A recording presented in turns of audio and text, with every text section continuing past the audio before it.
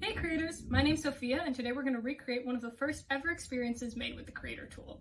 This is a really fun one. It's about a ball that bounces with gravity as you drag and drop it on the screen. So let's get started.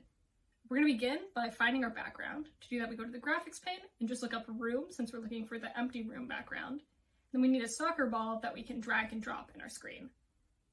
The last element of our composition after we resize this is going to be top text. We go to create and then create top text. And I've already copied this onto my clipboard so we can move things along. So that's looking great. Now we want our ball to be draggable, so we can turn that on. It's just one little toggle, and beautiful, moves around nicely. It's not doing any gravity behavior yet though, so you need to add some code. Starting with this property, which is going to be our Y velocity. We can add these custom properties that are available anywhere in our code, and that allows us to keep track of things that aren't pre-built into the system.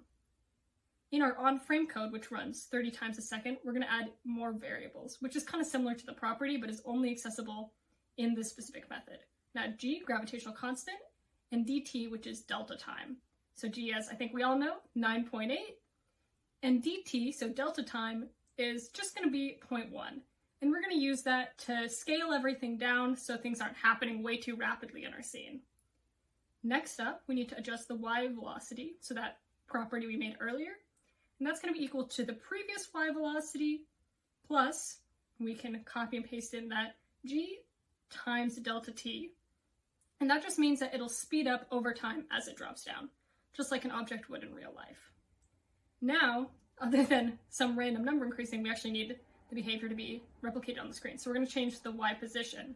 It's going to be the old Y position plus Y velocity times delta T. The reason we're doing plus is just the orientation of the Y coordinates. It gets bigger as you go down. So beautiful, look, it's falling down the screen. We do need it to bounce back up though, so let's add a conditional statement. So if the Y position is, and matching the experience we're recreating, greater than 200, but that feels like an arbitrary number, so let's double check. If we add a rectangle here and look at the Y position property down below, we can drag it to 200, and that does look right. That is where we want it to bounce. So let's delete that rectangle, go back, and keep on coding.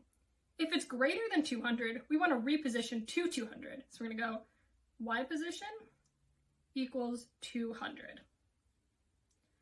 The only other thing left to change is we want the Y velocity to change too. We don't want to reposition, have it keep falling down. Instead, we're going to say current Y velocity times negative 0.7. So that means it'll slow it down a little and reverse the direction. Look at that, it's bouncing beautifully. Thanks so much for watching. You can see this on our website at phenomena.app, and I'm really excited to see what y'all create.